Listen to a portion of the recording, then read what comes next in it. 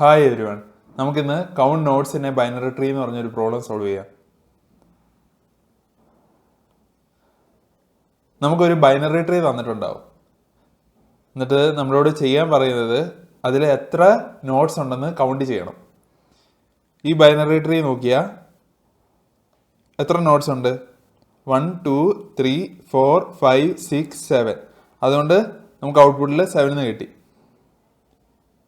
ഈ റൈറ്റ് സൈഡിലെ binary tree നോക്കിയാലോ, 1 2 3 4. അന്നേരം ആൻസറിൽ നമുക്ക് 4 കിട്ടി. ഇതെങ്ങനെയാ ചെയ്യാമെന്ന് നോക്കാം.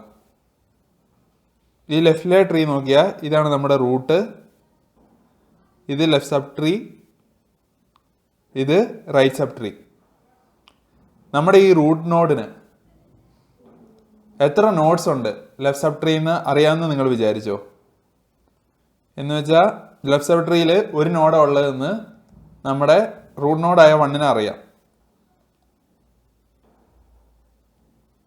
ഈ റൈറ്റ് സബ് ട്രീയിൽ 1 2 3 4 5 നോഡാണ് ഉള്ളതെന്ന് 1 അറിയാമെന്ന് വിചാരിച്ചോ റൈറ്റ് സബ് ട്രീയിൽ. അതായത് ലെഫ്റ്റ് സബ് ട്രീയിൽ ഒരു നോഡാണെന്ന് 1 അറിയാം, റൈറ്റ് സബ് ട്രീയിൽ 5 നോഡാണെന്ന് 1 അറിയാം. അന്നേരം ടോട്ടൽ കൗണ്ട് ഓഫ് നോട്ട്സ് എത്രയായിരിക്കും? അതായത് total nodes in binary tree എത്രയായിരിക്കും? 1 plus number of nodes on left sub tree plus number of nodes on right sub tree. അങ്ങനെയല്ലേ? അങ്ങനെ നമുക്ക് 7 കിട്ടും. അതുപോലെ ഈ റൈറ്റിലെ ട്രീ നോക്കുക. ഈ 1 അതായത് നമ്മുടെ റൂട്ട് നോഡിന് എത്ര നോട്ട്സ് ഉണ്ട് ലെഫ്റ്റ് സബ് ട്രീ എന്ന് അറിയാമെന്ന് വിചാരിച്ചോ? ലെഫ്റ്റ് സബ് ട്രീയിൽ ഒരു നോഡാണ് ഉള്ളത്, റൈറ്റ് സബ് ട്രീയിൽ 2 നോഡാണ് ഉള്ളത്.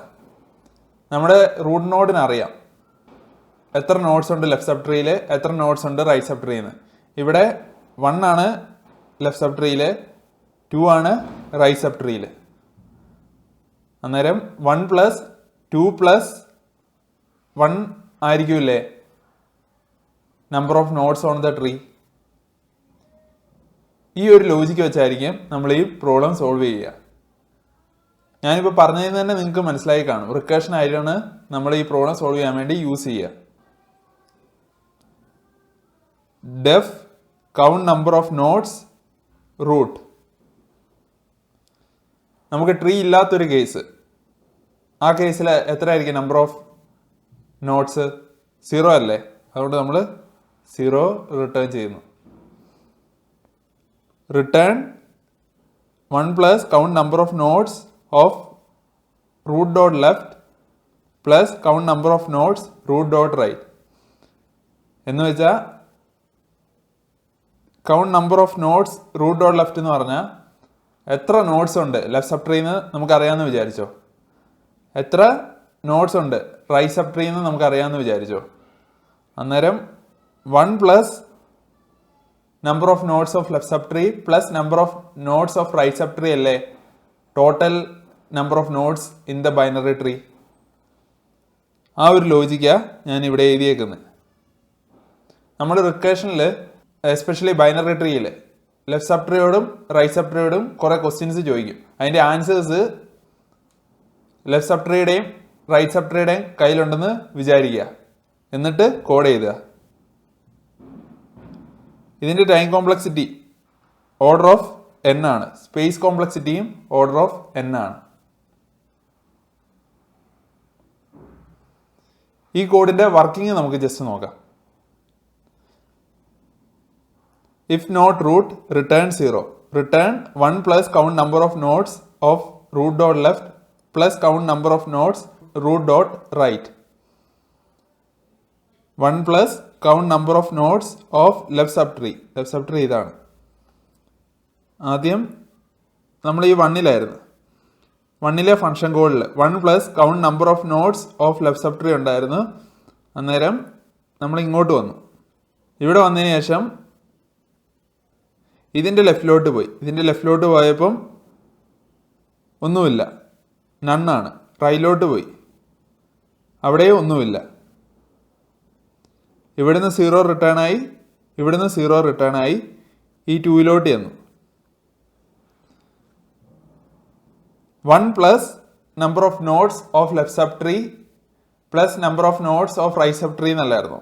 അന്നേരം 1 പ്ലസ് 0 പ്ലസ് 0 അത് 1 ആണ്. 1 ഇവിടുന്ന് റിട്ടേൺ ആയി ആ 1 ചെന്നു.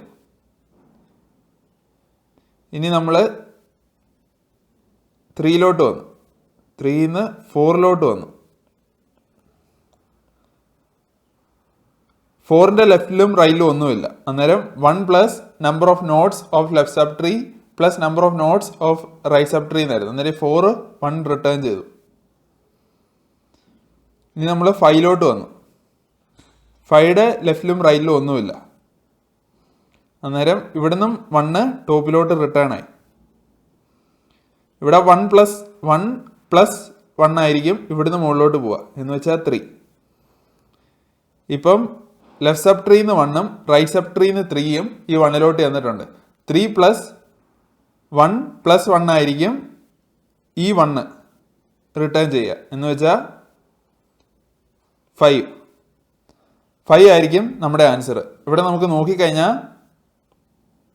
മനസ്സിലാവും 1 2 3 4 5 നോട്ട്സ് ആയിരുന്നു ഈ ട്രീയിൽ ഉണ്ടായിരുന്നത്. അതുകൊണ്ട് ആൻസർ 5 ആണ്.